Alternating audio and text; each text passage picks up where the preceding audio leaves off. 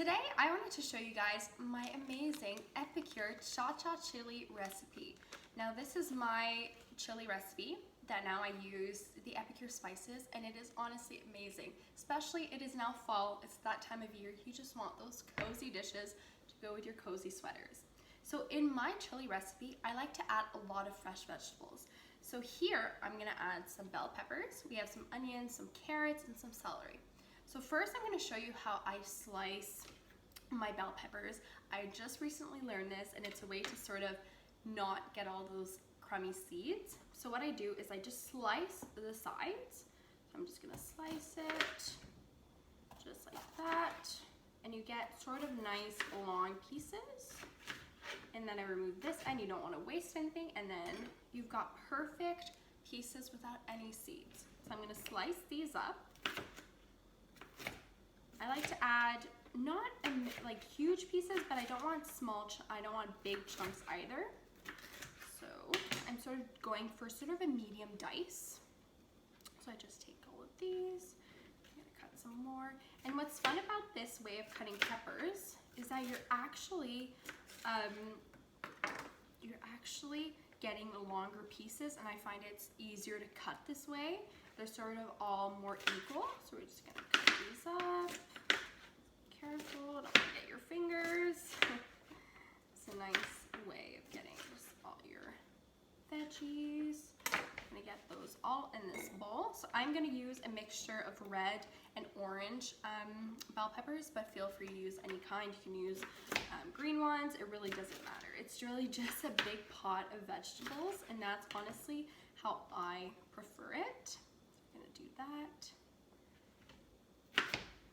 And what I like about this is that everything, all your spices are just in one place. So they give you a nice, decent bag to make a nice batch. And you're not having to add a bunch of different spices. It's just all there. And what is amazing is that Epicure, they don't use any sort of preservatives. So it's just amazing. You're getting all clean ingredients, which I think these days we don't have enough of. Everything comes with preservatives. So it's just really nice to get that in there, to get sort of a healthy, clean dish. I'm gonna do that. Okay, so I just cut up my other bell pepper, and I also cut up an onion, but I'm gonna show you my special technique to sort of cut up an onion. So I just cut out this end, and I keep sort of the root end intact. So I just cut it, remove that, put it in there. So for this, I am just using a regular white onion, but you can use whatever you have on hand. If you have a red onion, you can use that. If you have shallots, it's really great too. Because what I love about chilies is it's really a pantry pull. It's really nice. You can just use what you have in your pantry, what you have in your fridge. It's sort of, you just dump it in there with some meat, with some beans, and there you go.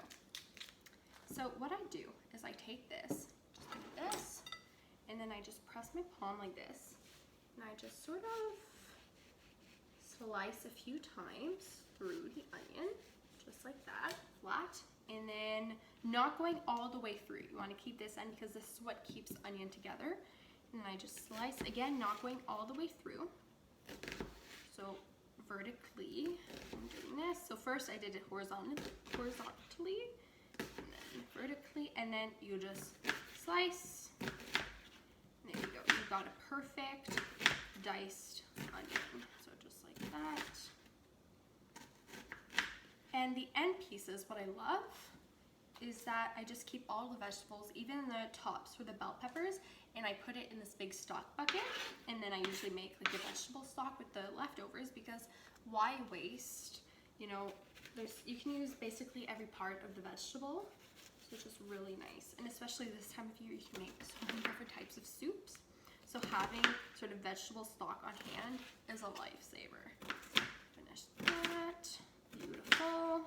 So that is great, just like that. Take this, put it in all my vegetables. So look, already we're not even done, and look at all the beautiful vegetables we had going in this. Just like that. Now, I'm gonna do celery. So this has already been pre-cleaned. Just gonna remove sort of the end piece. Again, going in my stock bucket. And for celery, I like to have a bit smaller pieces. So about maybe a 1/4 inch pieces. And then again, you just slice.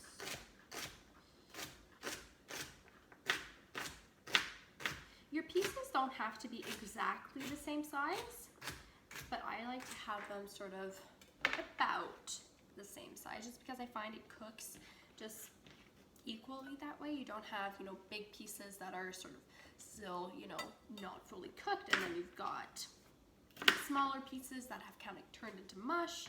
So this way, it's just sort of a way to know that everything cooks at the same time. And what you want to do is, if you want sort of bigger chunks, then it's just easier. You cook your chili for longer. If you got smaller chunks, you don't have to cook it for as long. It's really, really easy to adjust what you make. And I have made chili with different types of vegetables.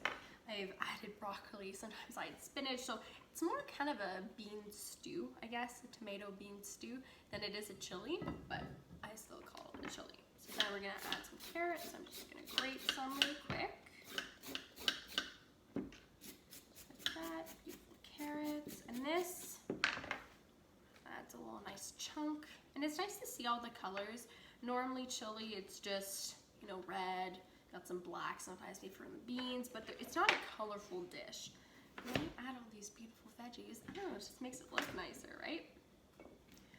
I find it does. So again, what I'm looking for with the carrots is maybe 1/4 inch, 1/2 inch pieces. So not extremely big. You want to have a lot of veggies in sort of 1 spoonful. I don't want to make it as a stew. I want to make it pretty small. So we're going to put some decently small pieces. So this is the last veggie that we will be preparing. Everything else is sort of came in a can, or it's already been pre-prepped. So I'll finish this up and then... Hi, we're back. Now it's time for the cooking part. So what I'm gonna add to this is I've got 2 cans of diced tomatoes. I'm gonna add that directly in there.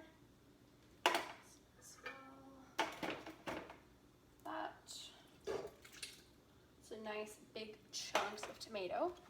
I'm also gonna add 1/2 can of tomato paste. So not all of it. I find this helps sort of thicken it, and it gives really a nice rich tomato flavor, like a concentrated tomato flavor. Put that directly in there. And I'm also adding 1/2 can of pureed tomatoes. Just in there, just like that.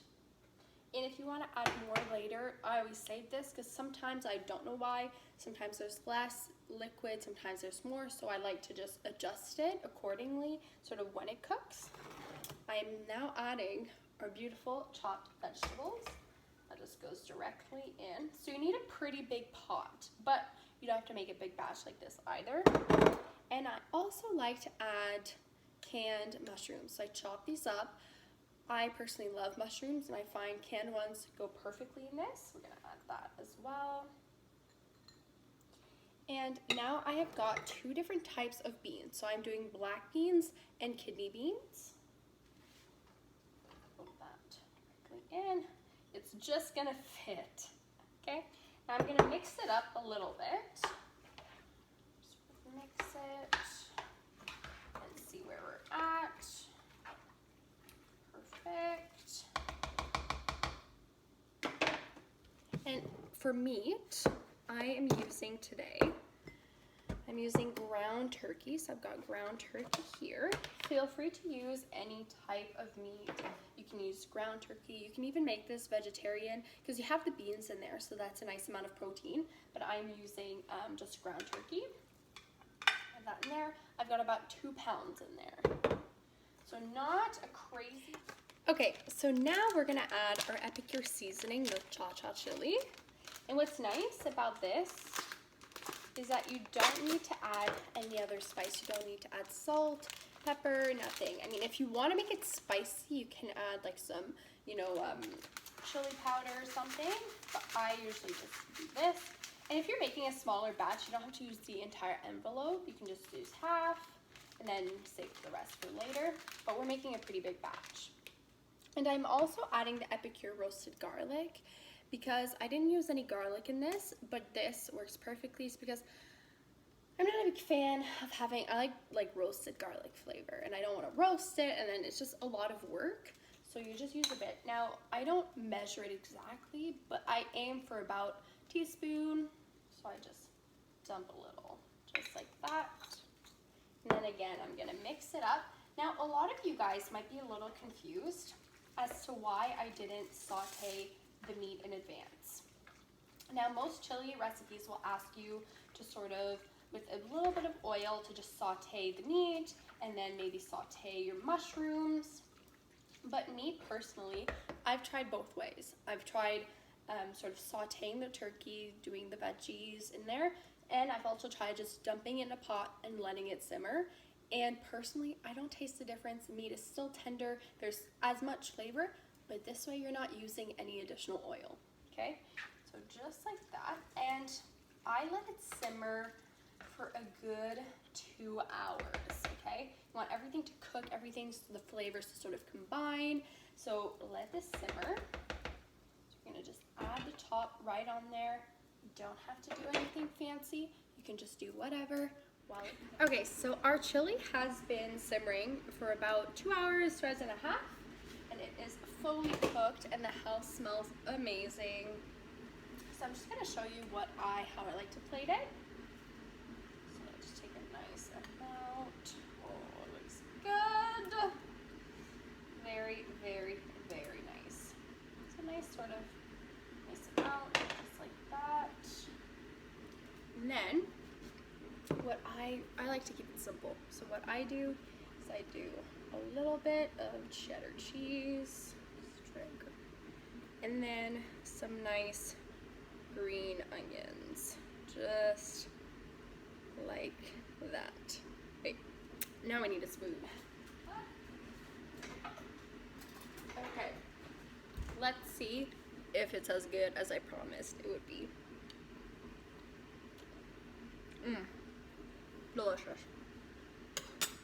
So good, so simple, great family meal.